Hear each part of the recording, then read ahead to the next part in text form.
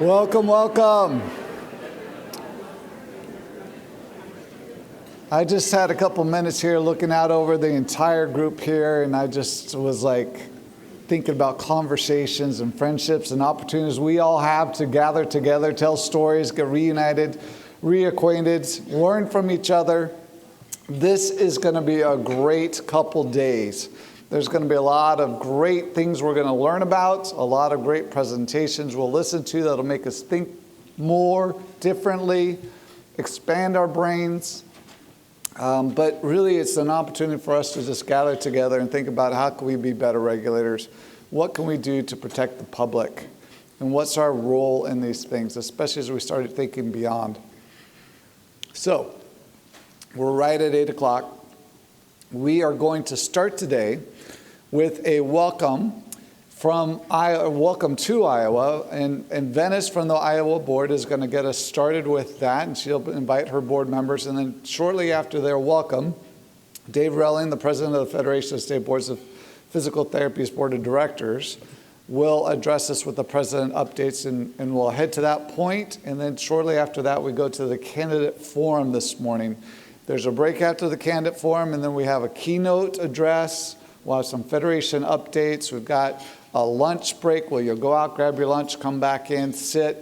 We'll have a little fun, interactive lightning rounds of innovation. Another break, opportunity to go into breakout sessions this afternoon.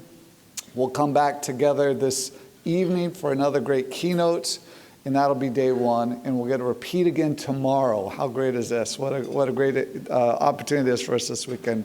So without further delay, Venice.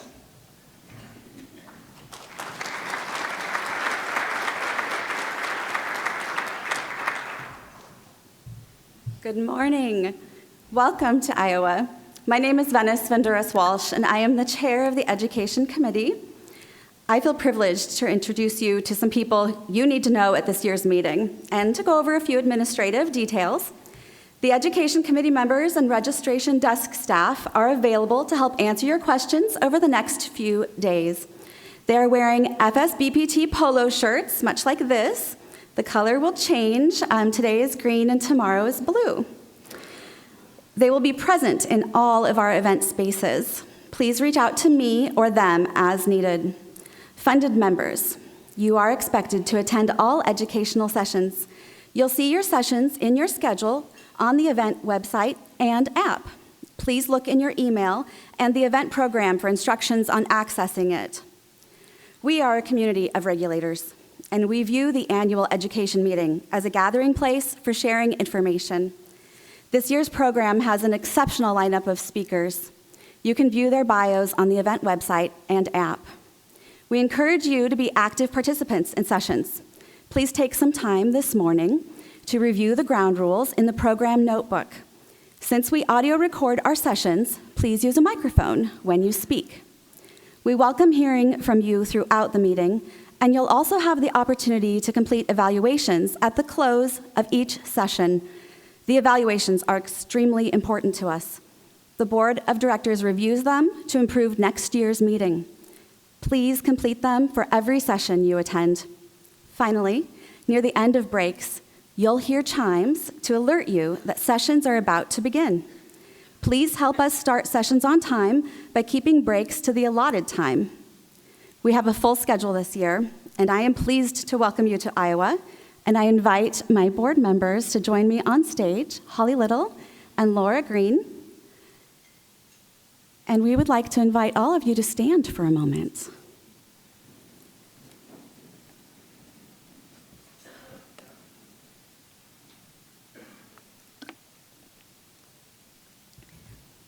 I am also the board executive for the Physical and Occupational Therapy Board here in Iowa. And I believe the sun rose around 7:45 this morning, so we're just going to take a minute to welcome you to Iowa. And Holly and Laura, if you want to introduce yourselves. Good morning. My name is Holly Little, and I am a board member. I'm actually finishing up my term, so I will be termed out at the end of March. So I've been on the board for 9 years and have enjoyed coming to these meetings, and it's just a great opportunity of networking. And we're pleased to be able to share our state with you. So welcome. Welcome. I'm Laura Green. I am also on the board here. This is my second term and have really enjoyed my time as well, getting to attend FSBPT conferences. Really excited to have you here in this area because this is literally my home. Was born and raised in this area, so very excited that y'all are here. All right. So to get us started this morning, we're going to do a little stretch. If everyone would follow us, arms straight up in the air.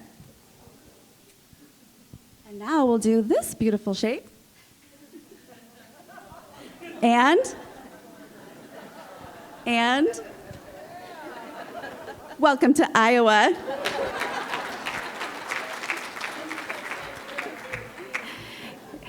If you guys know much about Iowa, we don't really have professional teams for sports, so we take our collegiate sports very seriously.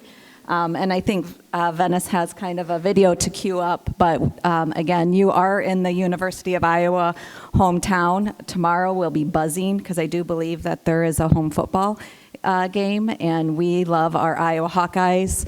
But the other part of the state love their Iowa State Cyclones, and then of course we can't forget about the UNI Panthers. And Caitlin Clark, right? And Caitlin Clark, yes. And I went to the University of Northern Iowa. My son, who's 13, adores the Hawks. He's always called them the Hot Guys since he was little because he couldn't quite say Hawk. And then my daughter just started as a biomedical engineer at Iowa University, ISU. So she's in Ames. So we've got all the three covered. So we'll begin. Welcome. We are so happy to have you here. I have been asked if I'm from Iowa originally, and I am. I grew up in Des Moines. My family have a long history of farmers here, and my father, though, moved here in 1960. Hence, I was named after his mother, Aphrodite, and my mom, being from Iowa, decided to name me Venice, and it's spelled like Venus, so don't worry if you mispronounce it. All right, so we'll begin with everyone traveled here, and I'm sure you had some different ways of getting here. And I thank you. I heard some of the airplanes were a little bumpy. Oh, that went to the wrong slide, Brandon. I'm sorry. Let me back up.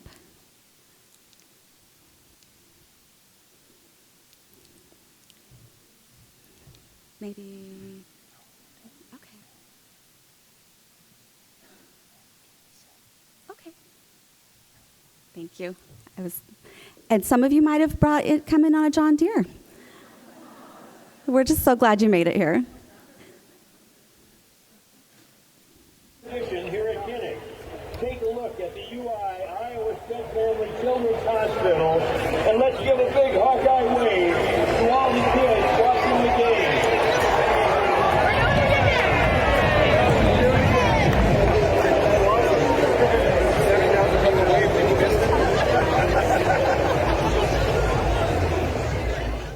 This Caitlin Clark is truly the GOAT, but what can't she do? Yeah, she's one of the best of all time at basketball, and according to her, the best when it comes to Beggars Night. After dominating over the weekend, Clark was asked about how she likes to joke around during practices. The Indiana Fever Guard says the secret to that is actually that she dominated trick-or-treating as a kid.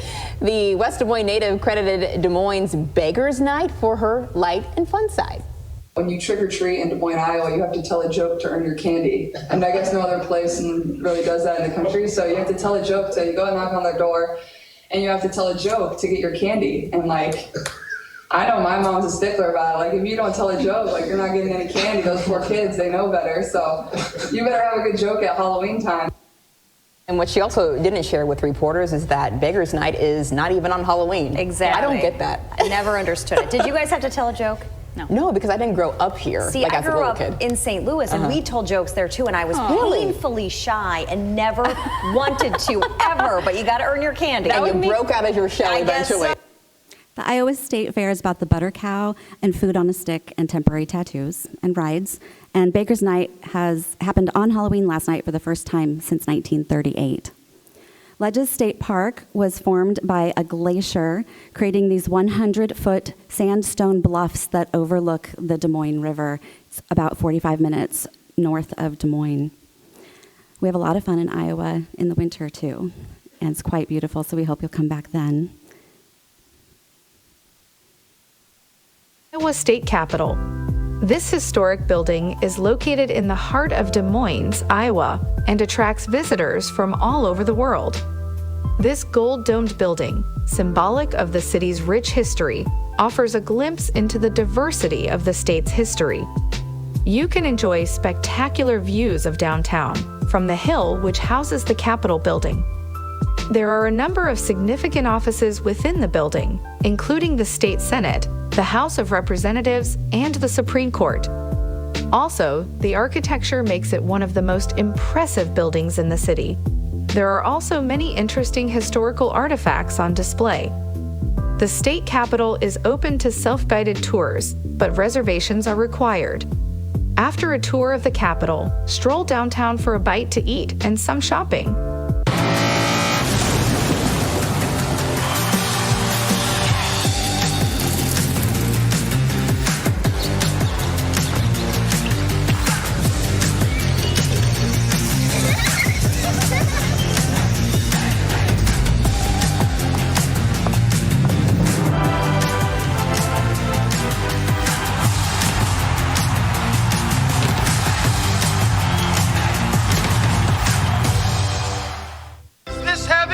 No, it's Iowa.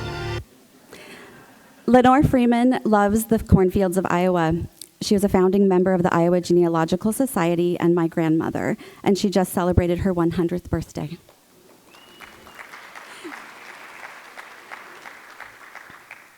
So this is another picture of Ledges. It's really beautiful. If you have an opportunity, I recommend you visit. And we want to remind you to stay on your designated trail today. As a funded members, remember to attend all of your events. Look for the Education Committee members if you need any assistance, or reach out to me. And we are so happy that you are here. Enjoy. Now, the Roosevelt cheer team has worked very hard over the last couple months in order to bring you this halftime performance. Please put your hands together for your 2024 Roosevelt Football Cheerleader.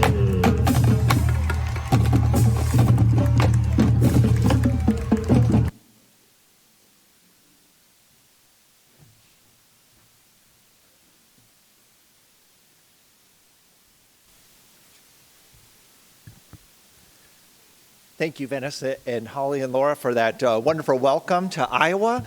Glad to be here, and also just to get a better overview of all the wonderful things that are available in Iowa. My mother-in-law grew up in Iowa, Boone, Iowa, right? So it's on the other side of the state by Iowa State, so sorry about that. I don't mean to cause any problems today, just as a starting off. My name's Dave Relling, President of the Board of Directors, and I just want to welcome all of you on behalf of myself, the Board of Directors, and FSBPT.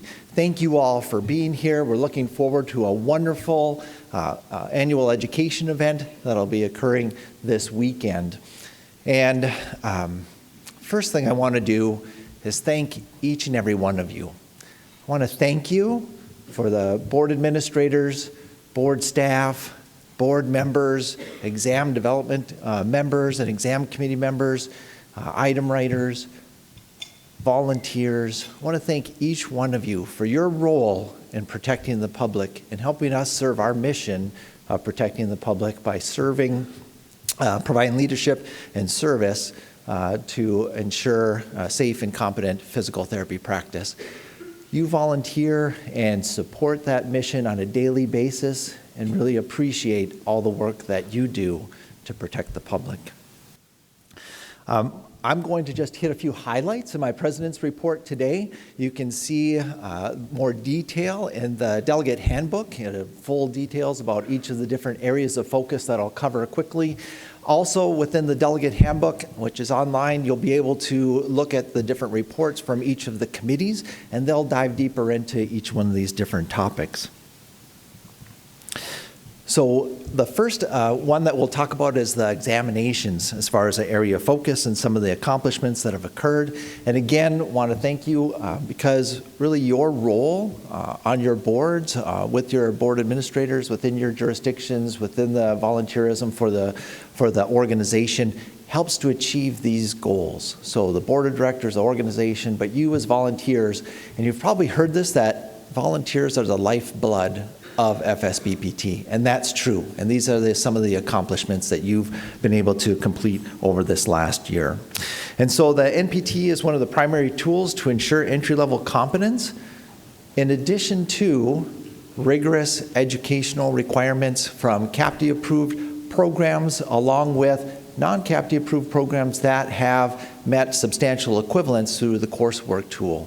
Clinical education that's completed by candidates as they're going through their educational programs, and also additional steps and requirements that you have as a jurisdiction to obtain licensure.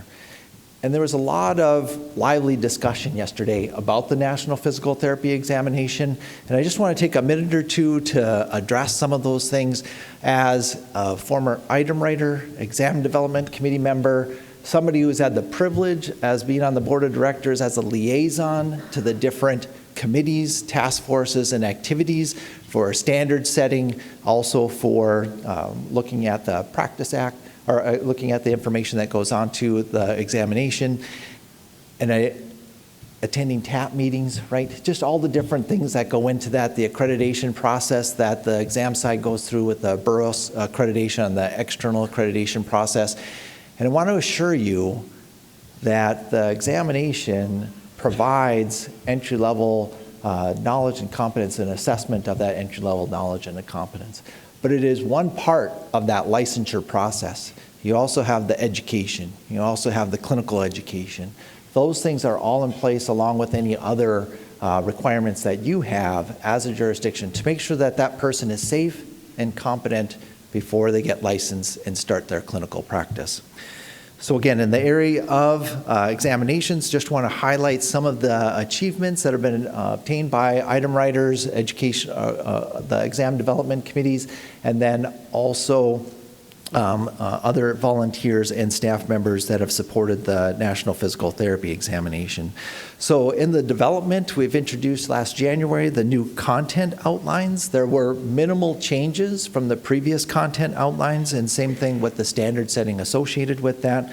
There has been about a 10% reduction in the number of items on both the physical therapist and physical therapist assistant examination, and that's because of the addition of scenario-based items. So the scenario-based items provide more of a information for the individual, the candidate, to read and then answer some questions associated with that, and also video-based items. Both of those require just a little bit longer to maybe process and be able to complete, but so critical for that clinical decision-making that's required of both PTs and PTAs in the clinical setting. We've provided additional resources for candidates called Fifth Theory and Stop It. Fifth Theory is a way for a candidate to assess their capability and willingness and function to be able to go ahead and take a high-stakes national examination. It is not physical therapy content related, but it does help them assess and provide resources to determine if they're ready for that high-stakes exam. And we've offered that to unsuccessful candidates on the NPTE in both April and then also in July. Stop It. Stop It is a way for candidates to submit anonymously concerns that they might have about the security of the NPTE. And that allows FSBPT to go ahead and communicate with that individual and learn more. We are investigating the use of artificial intelligence in item development and then also review of exam forms. But I'm going to say augmented intelligence, because what we're finding is it still requires the expertise, the knowledge, the clinical ability of a human clinician to be able to determine what's appropriate to go on to the examination. And then have completed NPTE workshops, both in person at combined sections meeting and then also virtually, just finishing that up, and 3 regional item writer workshops. In the area of exam services, I'm just going to highlight this number, 25,000 calls last year. And also, the call center receives exceptional ratings from individuals as far as the support that they're providing. Also, in exam services have integrated with Prometric, and so our alternate approval process states, a candidate now applying through those states is able to register for the National Physical Therapy Examination and immediately go to a Prometric website and be able to identify their test center and their seat all in one sitting. There's no longer a 24-hour wait for those individuals. There's also some other benefits for the webhooks that we've been working with our collaborator Prometric. The NPT in 60 seconds are videos. Yes, FSBPT has a YouTube video channel. And if you've not seen that video channel, it's a very good resource that you can access. These videos are quick hits. They address different frequently asked questions that the call center receives. Excellent resource for your candidates. The FSBPT website was redesigned this last year. Prettier, right? More functional, easier to find things, so please access that. And then over 100,000 examinations were delivered in 2023. And you can see a wide variety of different areas between the NPTE, the Practice Examination Assessment Tool, and also the Jurisprudence Assessment Module and law exams. In the area of membership, we offered our first hybrid regulatory workshop last May, had 42 attendees. About half of those were in person, the other half were virtual. The regulatory workshop is a great way to learn more about what it means to be a regulator and what that role is. Over 1,000 disciplinary actions were sent out to jurisdictions about licensees. So if a licensee has discipline applied to their license, if they have multiple licenses in different states, each one of those states is notified about that disciplinary action. So they're aware that a bad actor might be in their presence. And that all goes through our exam licensure and disciplinary database, which, along with the NPTE, those are the two most important things that we can do for public protection, is to help support those. The application programming interface, you'll hear a lot more about the API. It allows us to obtain and share information from your jurisdiction with FSBPT and FSBPT to share information back about the exam licensure disciplinary database, which really has helped to enhance the benefits of the ELDD. And also implementation of FSBPT ID, a unique identifier that's different than the Social Security number. It's more protective and private for that individual, so they don't have to share their Social Security number, but can utilize still a unique identifier with that FSBPT ID. In membership, if you're interested in volunteering, there's multiple different ways to put your name forward. One is in the app. If you look down at the app, you'll be able to see where it says volunteer. You can submit your name there. You can go online to our website, fsbpt.org, look under volunteers, and be able to sign up there. Or if none of that technology stuff works for you, stop by the registration desk. They'd be glad to take your name and get that submitted for volunteer opportunities. Make sure that you do that before November 6th. In the area of states' rights, states' responsibilities, and professional standards, the Continuing Competence Committee continues to work on the guidelines for continuing professional development. Also, the Healthy Practice Self-Assessment resource is just about ready to launch. We expect that that will be launching by the end of the year, and you can take that assessment and make it available to your healthcare practitioners in your area. The Jurisprudence Assessment Module has been developed and then also initiated in both Alabama and California this last year.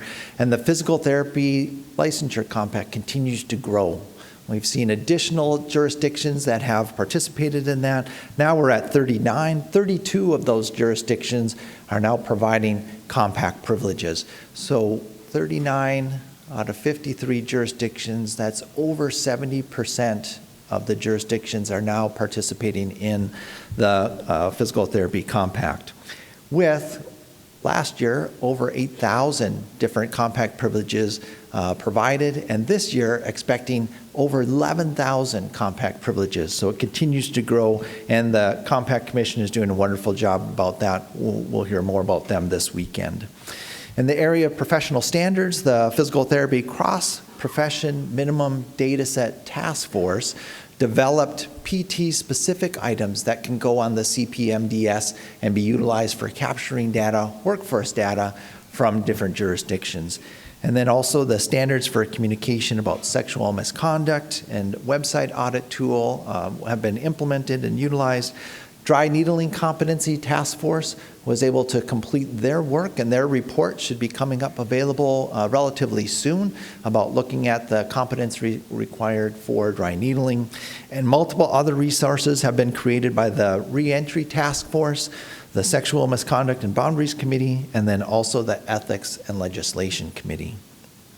In the area of education, we've offered 10 different webinars with 2 more upcoming. One of those with a regulatory hour with Dale Atkinson. The other I'll highlight. This is the first time we've kind of pushed out information to students. And so please make sure that you're aware of this, share this with any of the educational programs within your jurisdiction. But it's the "This Could Never Happen to Me," protecting yourself and preventing sexual misconduct on November 6th. We know that there's increased numbers of sexual misconduct and boundary violations that are occurring. This is a preventative measure that we can share with students as they're entering their clinical experiences and clinical practice to make sure that they're aware and can follow appropriate steps to protect themselves and their clients. Publications, again, the monthly news brief, should be seeing that, and then the quarterly faculty newsletter, along with periodic FSBPT forum articles that are distributed throughout the year. We are active on social media, so X, LinkedIn, Facebook, and again, looking at the FSBPT YouTube channel. In the area of leadership, we had our Leadership Issues Forum July 13th and 14th. Different focus than this meeting. Here, annual education meeting, we're providing information, bringing in outside presenters to do the keynotes. But in the Leadership Issues Forum, we're providing initiatives and direction and getting your feedback for the board of directors, for the organization. It's really a great opportunity to dialogue and see your thoughts, your ideas, and you'll hear more about that over the next few days. The Healthcare Regulatory Research Institute continues to develop wonderful resources. If you have not visited hrri.org, please do that. That website has tremendous resources. The reports and the activities that you see here that have been supported by HRRI are available to you for download and view. Also in leadership, we have our joint meeting that occurred last April with the board of directors from APTA. We've hosted different exhibitor booths at multiple different conferences over the year, including Combined Sections meeting, the Educational Leadership Conference, the American Academy of Physical Therapy, and the National Association of Black Physical Therapists conferences, along with the private practice section, and partnered with APTA on a booth at the National Conference of State Legislatures. We've had presentations that have occurred at CLEAR, and then also the Educational Leadership Conference, and for the Lifetime Fitness and the DPT. We have also submitted a formal notice of opposition to the U.S. Patent and Trademark Office regarding their use of DPT, Dynamic Personal Trainer. A lot of updates. Again, I couldn't cover many of the things that you as volunteers, boards, and members have contributed to, so please take a look at the delegate handbook for that. With that, I'll transition into announcing some of our different members that are here. So first, I'd like to introduce the board of directors for FSBPT. For each of the board members, if they would please stand and remain standing as I call out the rest of the names, and then if the audience would hold any applause until all of the board members have been announced. So first, Vice President Michelle Thorman from Wisconsin. And then Cindy Potter, Secretary from Pennsylvania, back there. Rugi Conaceres, Treasurer from Oregon, in the back.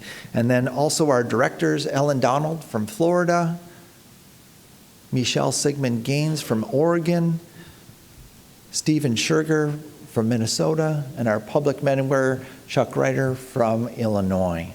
Please join me in welcoming them.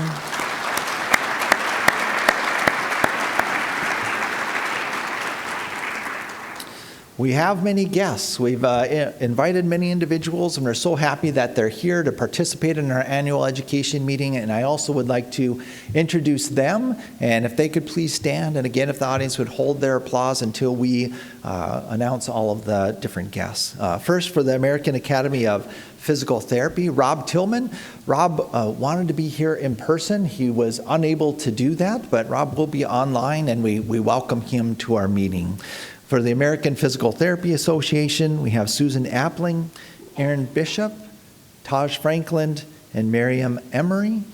For the American Council of Academic Physical Therapy, Kelly Hannigan.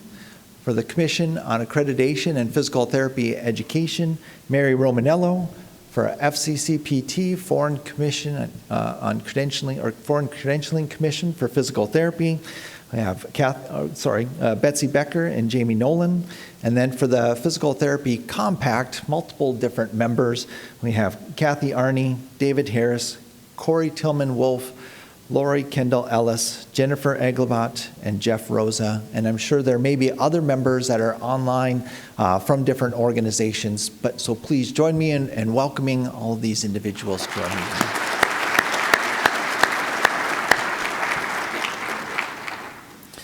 I also want to recognize our honorary members. Almost 27 years ago, these individuals had the foresight and also the dedication to move this organization forward and develop it. Unfortunately, none of the honorary members were able to be here this weekend, but we do want to recognize them, thank them, and then hopefully they'll be able to attend a future meeting. Next, I want to move to more of a functional aspect, I guess, of accessing the app. And so you might have heard a little bit about the app right now, and I'm just going to go through how to access it. If first, you should have received an email that would have been sent to you so that you could download the app prior to coming. You might still have that email in your inbox. If you don't, you have a QR code. So if you snap that QR code up here, that'll allow you to go ahead and download the app, because it's something that we want you to utilize. It provides great function as far as the information about the speakers, the presentations, and will allow us to get feedback from you from an evaluation form.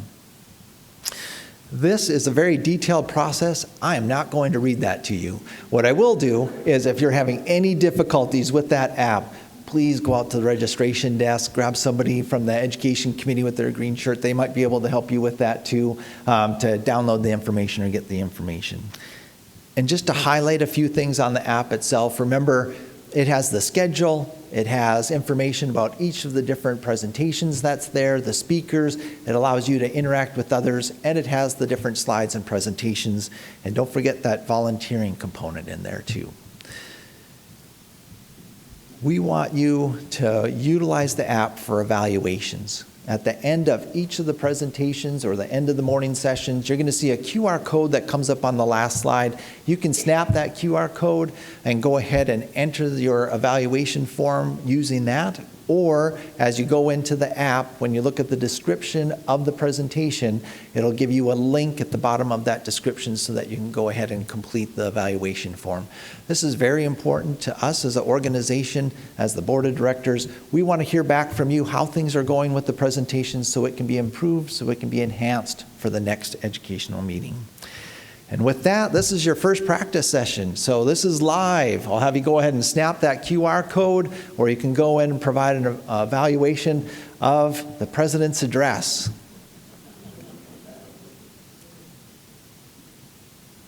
And as you're doing that, I'm going to invite Ron Barreto to the dais. Ron is the chair of the nominating committee, and he will begin the candidate forum. Thank you all. I hope you have a wonderful annual education meeting. Interact, learn, and collaborate, and have a great time this weekend. Glad you're all here.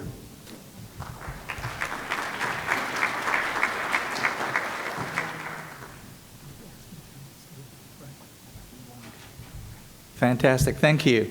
Would the candidates please come up to the dais with me?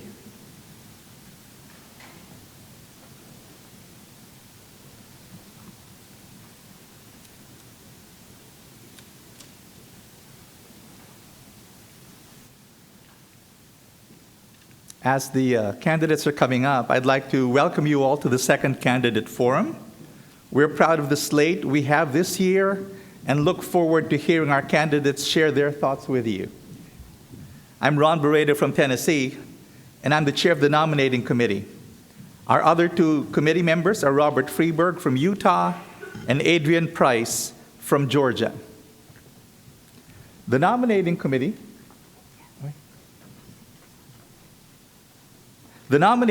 develops the slate for the delegate elections each year. Nominating committee members are elected by the delegates for a 3-year term. In the 3rd year of the committee, the senior member becomes the chair of the committee. I'd like to speak about the selection process. We are a federation of agencies that regulate the profession of physical therapy. Our federation's purpose is to protect the public by promoting safe and competent physical therapy practice. With this in mind, the nominating committee searches for people who have shown a commitment to public protection through regulation and knowledge about the issues being faced by regulators across the nation. We do that by looking for people with regulatory experience, people who have spent time on FSBPT committees and task forces, and on their own jurisdiction boards.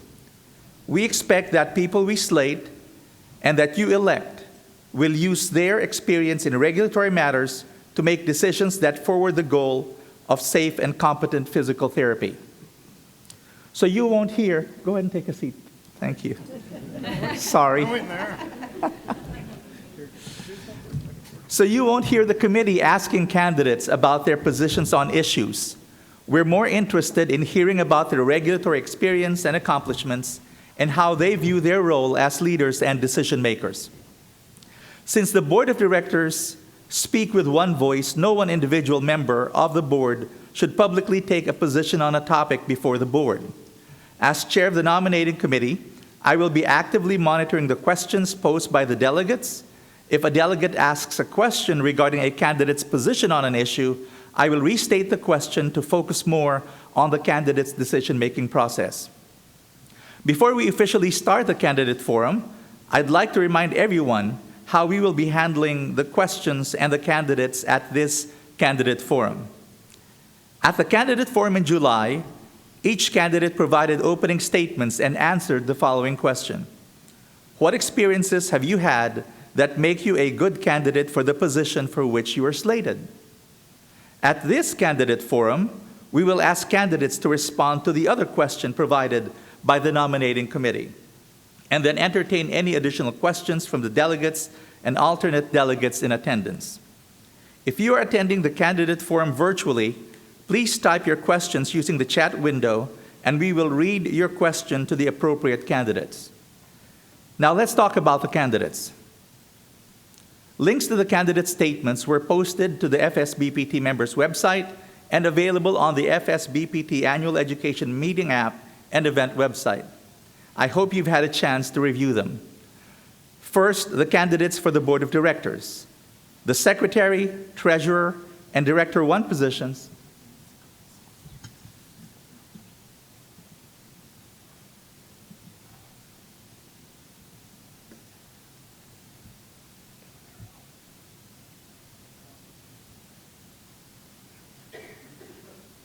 There you go. So the secretary, treasurer, and director 1 positions are up for election this year. Stephen Curley and Deanne Yates are the candidates for secretary. Stephen Scherger and Krista Wolf are candidates for treasurer.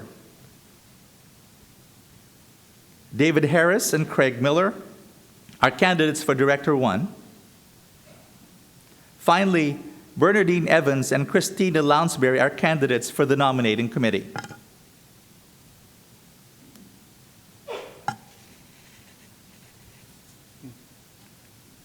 We will now move to the question and answer session for you to get to know your candidates.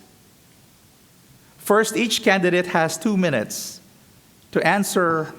Let me just move this back.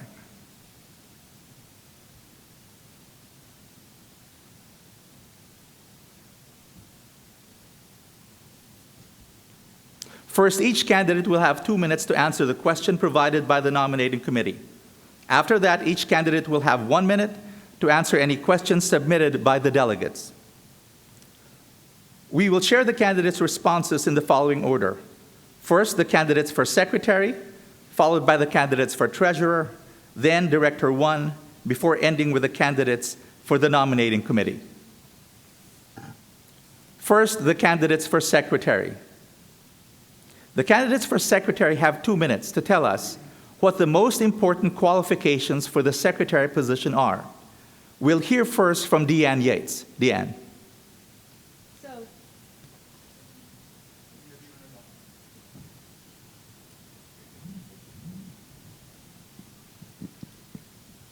When I was preparing for today, I really got a bit nervous.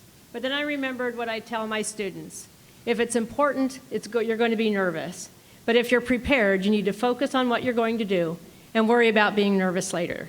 Well, this election is important, and I am very prepared, so I'm just going to get started. Okay, so I've condensed the qualifications for the position of secretary to what I feel are the 5 most important. The first is a deep understanding of the FSBPT's mission and governance. And as a current EDC co-chair and a longtime Federation volunteer, I've gained valuable insights into this organization and its operational goals. This, teamed with my experience as the chair of the Academic Affairs Committee at my college, gives me very good insight into these considerations. Number 2 are strong organizational and communication skills. The secretarial role demands attention to detail and clear communication. My background in education and diverse leadership positions, including serving on the APTA of Kansas Board of Directors, has sharpened these crucial skills. A commitment to FSBPT's mission. As an educator and active member of professional organizations, I am deeply committed to protecting the public through safe and competent physical therapy practice. And I will do this through diligent work and ethical decision-making. Adaptability to strategic thinking. My history of serving on multiple boards and establishing new initiatives highlights my ability to face changing circumstances, and a collaborative nature. Building relationships across a variety of professional settings demonstrates my ability to effectively work with peers. My blend of experience and organizational skills, commitment to FSBPT's missions, strategic thinking, and collaborative approach make me well suited for the secretary position, and I thank you for your consideration. Thank you, Deanne. We'll now hear from Stephen Curley. All right. Thank you. I've been told by other people that run I'm supposed to compare myself to a dog breed for some reason. So I guess I'd be a mutt, maybe. I don't think I'm purebred anything. So I agree. A lot of the points that Deanne made, I think are important for the secretary position. I think the most important for me would be communication. My father was a law enforcement officer for a long period of time, and his thing to me, when he taught me how to be an investigator and I got into this profession of regulation, was communication. How you communicate with people is everything. And I think that's one of my best features, is my ability to kind of collaborate and communicate with people from all walks of life.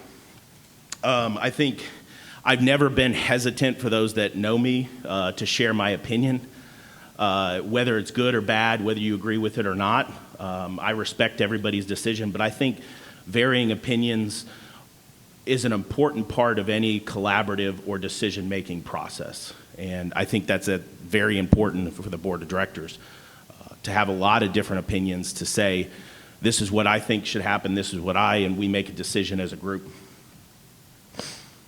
Innovation would be another one. I've never been somebody that looks at a thing and says, hey, this process or this decision is forever. I always think that you need to check things, look at them, see how you can improve, see how you can make better. And as an investigator in my past, that's something that you have to do through your investigative plan. You have to be organized, you have to have an investigative plan, but you have to learn how to adapt and change things as your investigation goes a path you didn't expect or kind of blows up in your face. Sometimes that happens too. So I think those are the ones that would be the most important to me and the ones that I focus on. Thank you, Stephen. We will now move to the candidates for treasurer. The candidates for treasurer have 2 minutes to tell us the most important qualifications for the treasurer position. We'll hear first from Krista Wolf. Krista. Good morning. As a certified athletic trainer, physical therapist, college administrator, I'm a football booster mom for president and secretary. I like to wear many hats. Like many of you sitting in this room, I'm sure you like to be actively involved. I like to juggle multiple things because it's what keeps me focused, it keeps me grounded, and I know I'm making a difference in the lives of the people that are around me. And I like new challenges, and I want to be able to collaborate with others and manage projects. Staying actively involved in things really keeps me energized. I've been on the state board of physical therapy representing Pennsylvania since 2020. I've been blessed to be involved with the Federation in various capacities since 2016, and this is my 3rd year on the Finance Committee. I'm honored to be considered as a candidate for this position, and I want to share with you why I'm fully committed to serving in this role and feel that I'm very well qualified for this. And I'd like to start with most important. If I can stretch a grocery budget to feed an entire football team the whole season without breaking the bank, you know that I can handle money well in a spreadsheet, so I have that covered. But truly, in all seriousness, over the past few years, I've had the privilege to be involved both professionally and personally in different things where I have had to manage skills such as financial oversight, strategic planning, and resource management, while ensuring accountability within financial systems. From my experiences being a provost, I am responsible for managing multi-million-dollar budgeting initiatives, operational funding strategies, and the complex fiscal landscape of higher education. I do understand the importance of transparency and working in an efficient financial system that directly supports our goals. I feel that my experience, as well as my time serving on the Finance Committee, will make me a viable candidate for this position. I will personally bring a strong commitment to the values of the Federation. I thank you very much for considering my candidacy, and I'm very excited for the opportunity to contribute to the continued growth of our profession. Thank you. Thank you so much, Krista.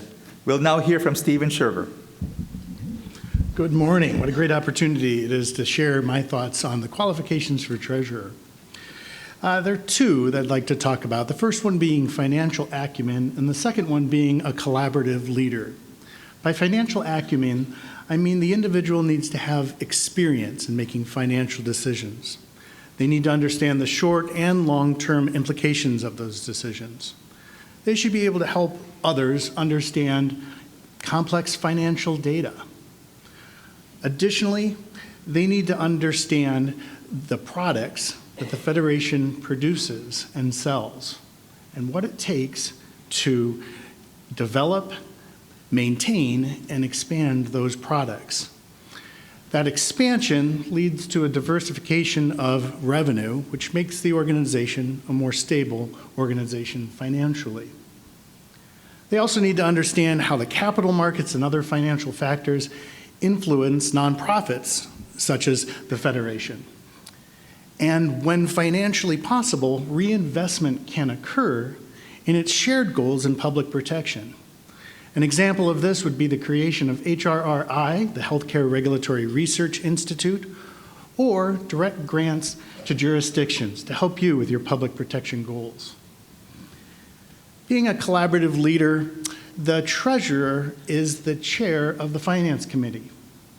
And in that role, they need to organize that group of talented individuals, make sure they're asking the right questions from the right people as they develop their recommendation for the budget at the end of the year.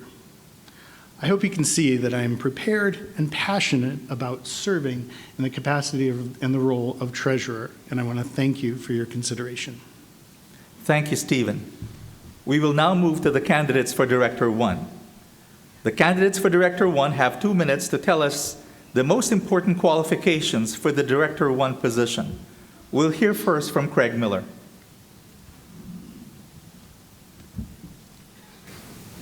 Good morning. Thank you for the opportunity to share my thoughts with the group here and with all of us on the stage here. I think a number of items come to mind in order to be successful in this role.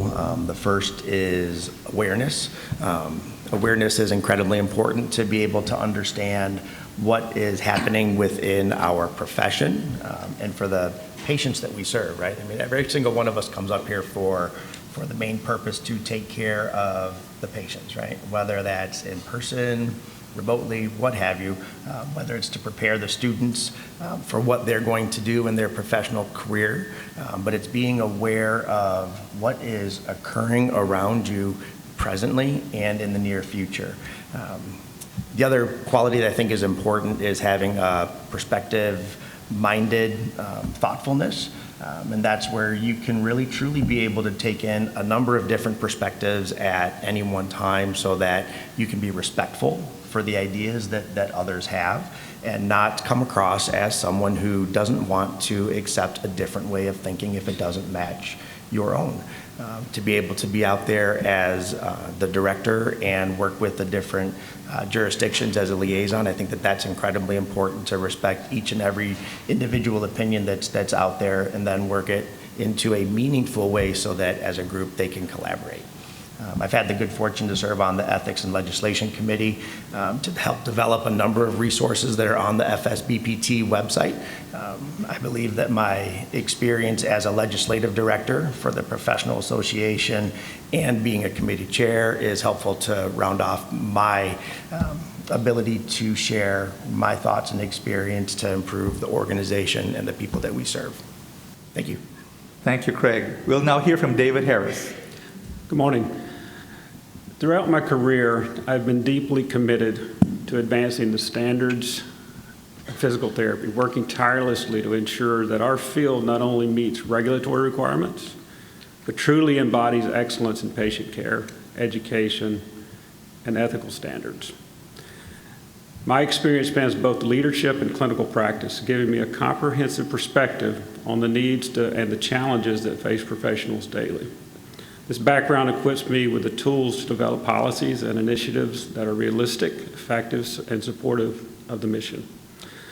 My core strength is building collaborative teams that prioritize compliance and innovation. I understand that our role is not to only safeguard the public trust, but to also elevate our field. I bring a strategic mindset that focuses on long-term growth and quality improvement. I'm skilled in working with cross-functionally with diverse stakeholders, from clinicians to regulatory bodies. My time, many years with APTA, FSBPT, and other stakeholders within the public as well as within our association side, will help me to not only bring the vision to life, but also work across the table with those that may not agree with each other in the room. So I look forward to the opportunity, and I thank you for allowing me to sit here today. Thank you, David. We will now move to the candidates for the nominating committee. The candidates for the nominating committee have 2 minutes to tell what the most important qualifications are for the nominating committee member position. We will hear from Christina Lounsbury first. Hello. So I am running for the nominating committee, which is a little different than the other positions up here this morning. I think some qualifications are universal. A candidate should be knowledgeable, trustworthy, and experienced. But this position does require some unique qualifications. The Harvard School of Business released a series of studies on good leaders versus efficient managers. And what they found was that the leaders like to answer questions why and what, and managers answer the question how. And I'm definitely more of a how person, and I think that this is probably the how position up here this morning. And so I think we're going to, in this committee, we take the board's vision, or your vision, and we figure out how to make it a reality. And we look and try to find people to fit into the positions that you see up here today. And so I will have the opportunity to discover how you, the Federation members, best connect to the positions that are going to be available. Which brings me to the most important qualification for this position, curiosity. And curiosity is the marked desire to investigate or learn. It could also mean a little bit odd or weird, whichever applies better. but I am curious to see how our membership changes over the next few years. And how do you fit in? You know, how can the FSBPT use your talents, your interests, your skills to move the vision forward? So we are all here in this room for a reason. I believe that. And the curiosity demands that we investigate the possibilities. And so I appreciate your consideration in allowing me to run for this position, and I look forward to getting to know all of you a little bit more over the weekend. Thank you, Christina. We will now hear from Bernadine Evans. Good morning, FSPPT and associates. I'm Bernadine Evans, a native Washingtonian, and I've been associated with the Federation for about 8 years since I became a board member in the District of Columbia for the Physical Therapy Board, and I've served as 6 years as board chair. I am a business owner in real estate. My husband and I are proponents of affordable housing in the district, and we are also grassroots people. We help almost on a daily basis. I'm a lifetime member of various national organizations because I have continuous service and I'm continuously looking for where I can serve. And one of the callings that came to me coming to the Federation meetings was, we need you. We need your particular skill set. And my comfort zone really is at the bedside of patients, at one-on-one with students, but I know that every now and then you need to step out of your comfort zone, you need to get in the room so that decisions can be made and things can happen. When I'm looking out at this crowd today, I'm looking out at the future of the Federation. I know the importance of the people who are here. You may not know that you're here to serve the Federation, but you are. We're going to find out who you are, and we're going to bring you to this committee. Trust me. And you're going to get the email that I got that brought me to service. So I'm very excited to bring what my skills to this committee, and hopefully I'll be able to better serve the Federation and all the people here today. Thank you. Thank you, Bernardine. Let's give our candidates a hand for being here.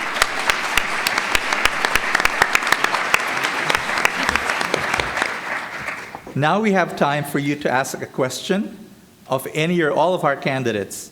We will address questions until the scheduled end of this candidate forum at 9:20. At the candidate forum, only delegates and alternate delegates are permitted to ask questions of the candidates. Delegates and alternate delegates, if you're physically present, please go to the microphones and wait to be recognized. After you are recognized, please state your name, your jurisdiction, your question, and indicate which candidate or candidates you want to answer your question. If you are attending remotely, please provide the same information via the online chat. Candidates, you have 1 minute or less to respond. FSBPT staff will be monitoring our virtual attendees. So the floor is now open.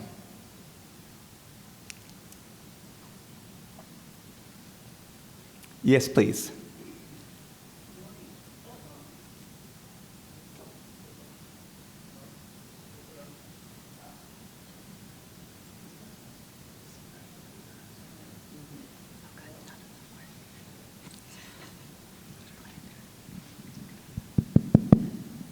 Okay.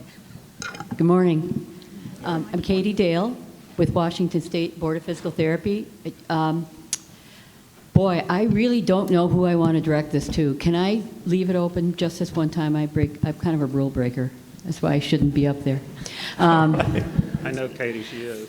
I sensed from our forums yesterday that we're not necessarily, some people would say it's an era of change right now in the profession on a number of levels, be it education, be it regulation, or the interface of those two. I think it's much more of a changing eras is what I'm kind of feeling. And with that in mind, I see some agreement up there. What is your vision? First off, two parts. First off, what do you see as the genesis for this change or the impetus for this change? And secondly, where do you see FSBPT policy and direction going in light of that? Candidates, feel free.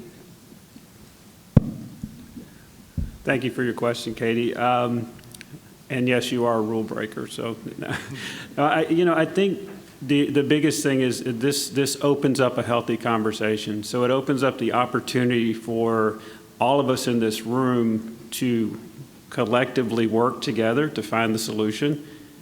I don't think you have the answer today. You've tentatively identified the problem. So now it's up to all of us, everybody that's on this stage, win or lose, everybody that's in this audience to actually collaborate, work together to come up with the best solutions for the future.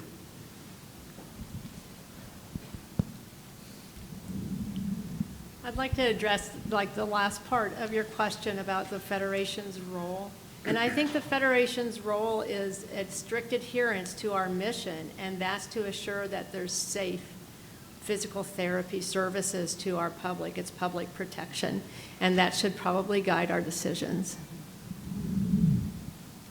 I'm going to piggyback right off of that, but I think it's meeting like this. It's the collaboration. Often we don't know there's a problem until someone comes to tell us that there's a problem, correct? So I think finding out, and it may not even be a problem, it's just different strategies or how people are handling situations where across the United States we can come together and find solutions. It's, in education, it's competence in the field, it's, afterwards, but we're the people that can make the change and make the influence to help. So I think that's the perfect way. What a great forum this is. And one of the things that I've always appreciated about the Federation is that they are a catalyst for collecting your ideas, either through the LIFE conference and then helping us navigate these challenging times that we all have. But there's 53 jurisdictions and everyone has a unique opinion, and so want to make sure that you guys are participating and sharing your feelings and thoughts of what's going on, and so to help us navigate that through that change. Where the Federation can be is a point of stability and standards and guidance. Katie, thank you for your question. I think that for the first part in addressing maybe where this is coming from is that there's a rapidity of information, right? So we talked about AI earlier, and there was a time when you used to go to look for information through a microfiche machine, and now you can have a PowerPoint presentation created for you in minutes. So I think that rapidity of information, really does change. We can start having a discussion about a topic, and within minutes, it might be something different already.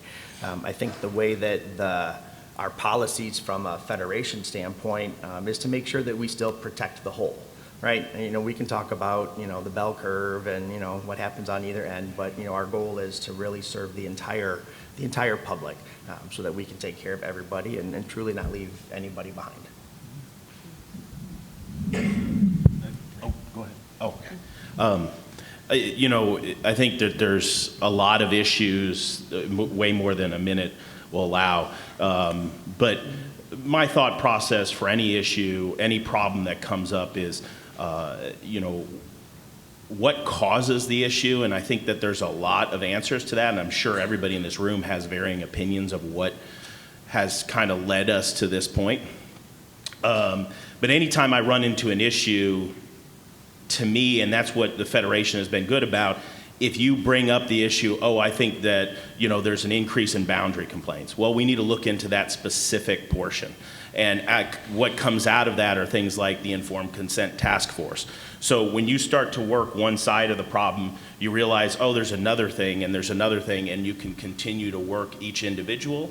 And as a whole, sooner or later, that problem starts to get answers, and you start to kind of be able to move forward on the larger problem. So that's why I've always kind of looked at what's the cause and how can I start working on that cause to fix the overall whole? Yes, in response to that question, I am an organizational person. I've been part of many national organizations. The mission is what it's all about.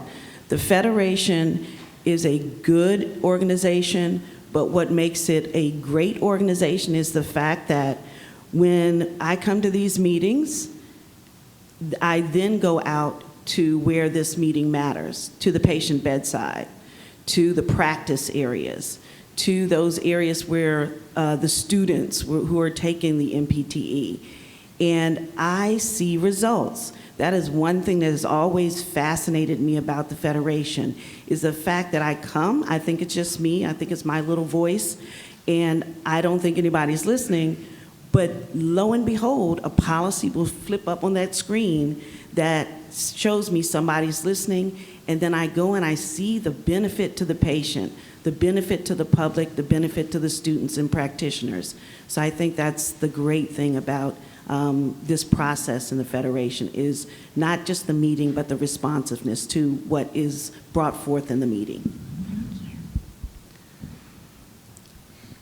Well, I think that was a very good question, and I think it is definitely a big issue, this diversity, these discussions, this kind of ebb and flow and change in the profession, in many professions. And coming at it from the perspective of the nominations committee, again, not necessarily answering the what is going on or the why it's happening, but the how do we adjust to it. I think we embrace it.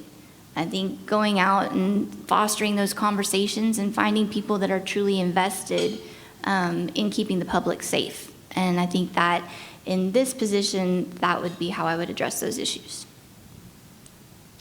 Thank you for the question and the responses. Are there any other questions from the floor? Yes, have the mic there. Hi, good morning. Rayanne Hagonawardi from DC. This question is for Krista. Krista, Stephen mentioned that knowing and understanding the products and services of the FSBPT is very important for the treasurer role. Do you feel that it is? And if so, how familiar are you with the FSBPT products and services? Thank you for the question. Yes, I think it's very important to understand the products and the services that we offer, because obviously that's where our financial stability and where we want to diversify revenue or to invest in, we need to see like public protection. What are we looking at? We have our MPT, we have our regulatory bodies. So I think that makes all the sense in the world of where we're going to invest not just our time, but the financial responsibilities as well. Thank you for the question. Yes. Nancy Kirsch, the delegate from the great state of New Jersey. First of all, I want to thank you all very much for running. We really appreciate that. This is to everyone. In one word, what expectation do you have, or what is the real reason you want to run for the position that you're running for? One word, okay? Or maybe two or three. And then also, what kind of gives you a little bit of fear or angst about actually serving in that position? Start with Stephen, just go down the line. Just pick on me. It's very Nancy. My one word is wheelhouse. My angst question, would, I'm just going to have to say that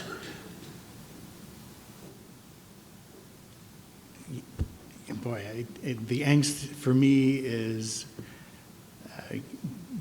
wanting to help and serve in the best possible way, and meeting my own expectations as well as meeting your expectations. That's not one word.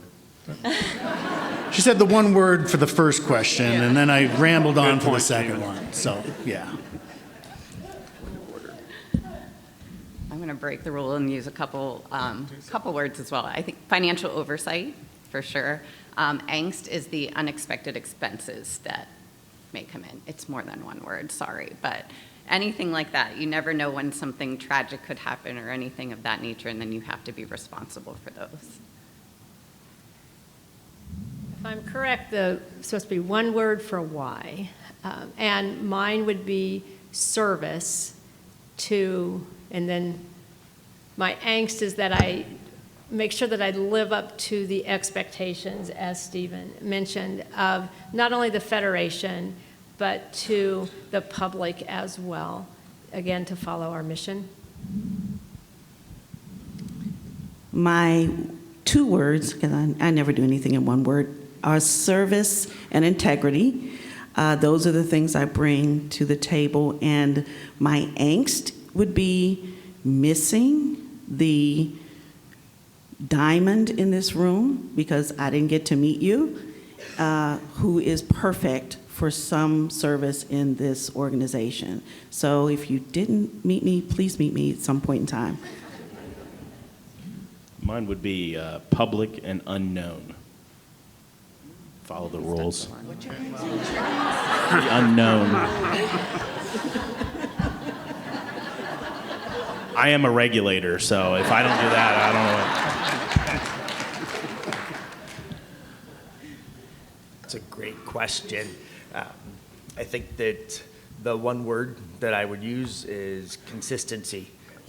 And for the description, which I don't know that she asked for the description, but I'm going to ad lib here. It is truly being consistent in how we present ourselves and how we help to regulate and guide people. And then the angst part would be the opposite of that, is inconsistency. And if we start to demonstrate inconsistency, then in that case we lose the public trust, and I think the trust of the individual jurisdictions. So obviously, most of the panel does not understand the actual instructions here. So, I would have to echo service if there were one word, because that's really why we're all here. And then the other one's going to be more than one word, and it would be hesitation to listen. And I think that's something for all of us, and we see it throughout this country today of people that it's a one side or the other. And quite honestly, I think in this profession, nothing is one side or the other. There's always a conversation. There's always a collaboration. So I didn't listen either, more than one word. I think I have, my one word would be invested.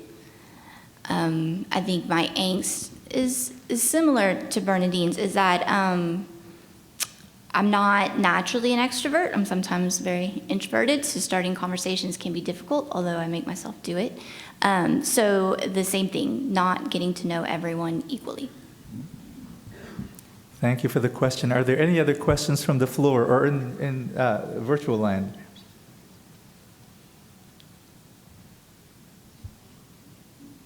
Any other questions? Or forever hold your peace? Okay. Come on up. Thank you. Sorry. I had one more question. I guess for everybody, what is the most valuable thing you've learned from the outgoing member or person in your role? The most valuable thing that they've taught you that you're going to bring onto the role as well?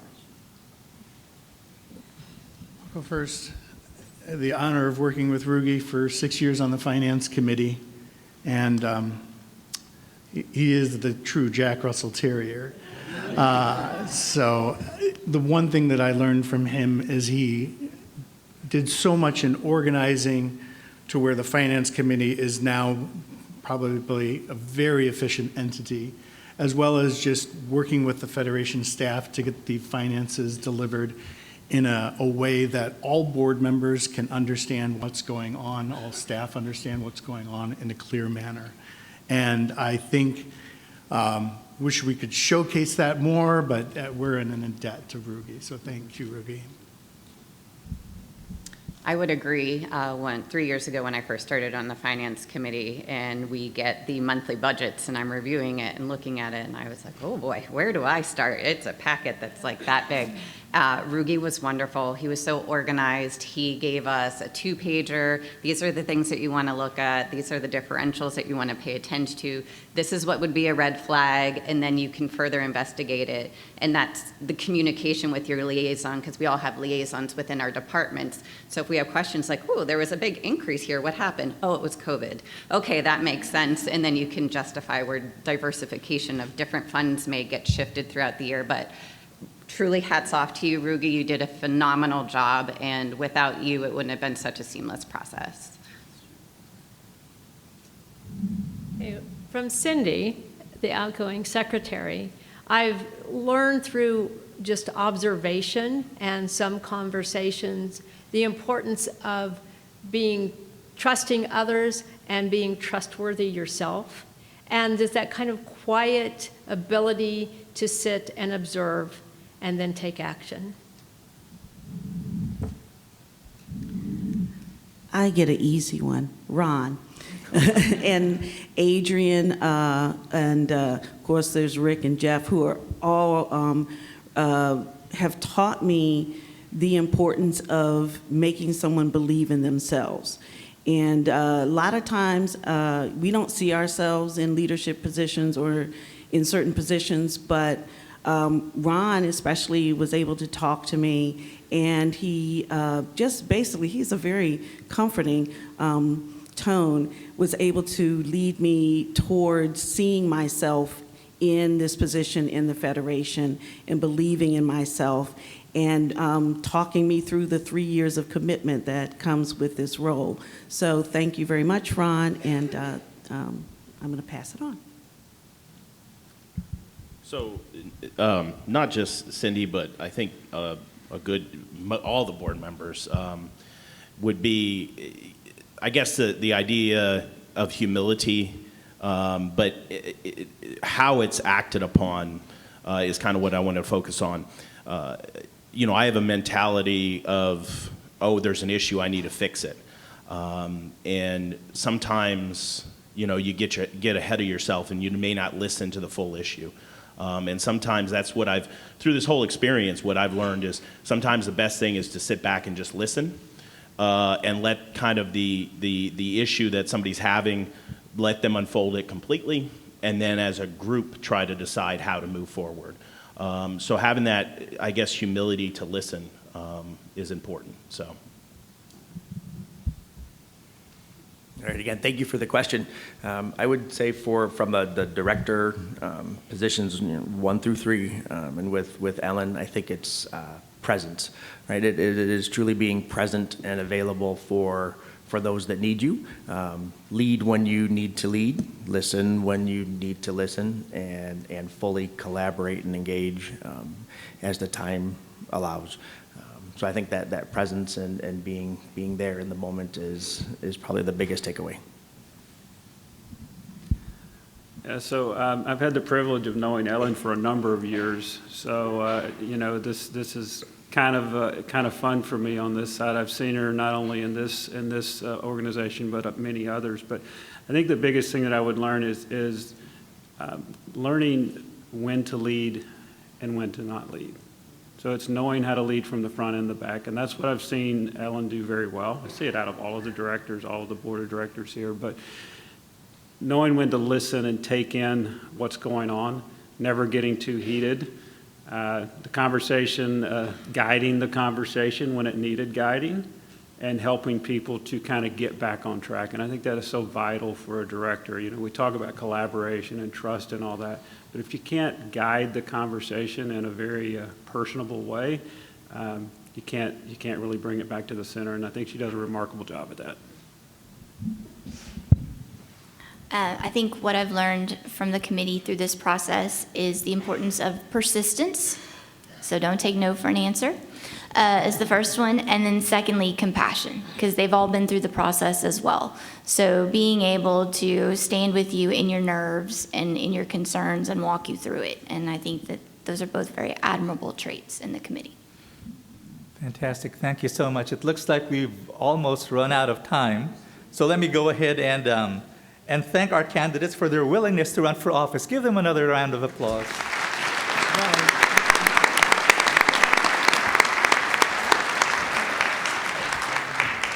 We'd like to encourage you to informally ask any additional questions to the candidates for the rest of the day.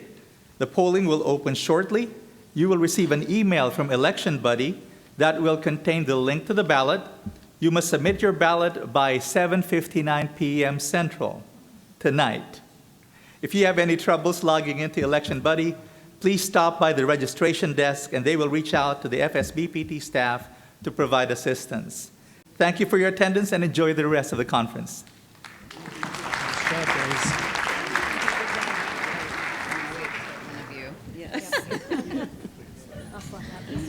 We are on a 15-minute break, and then we have our first keynote speaker, followed by FSBPT updates.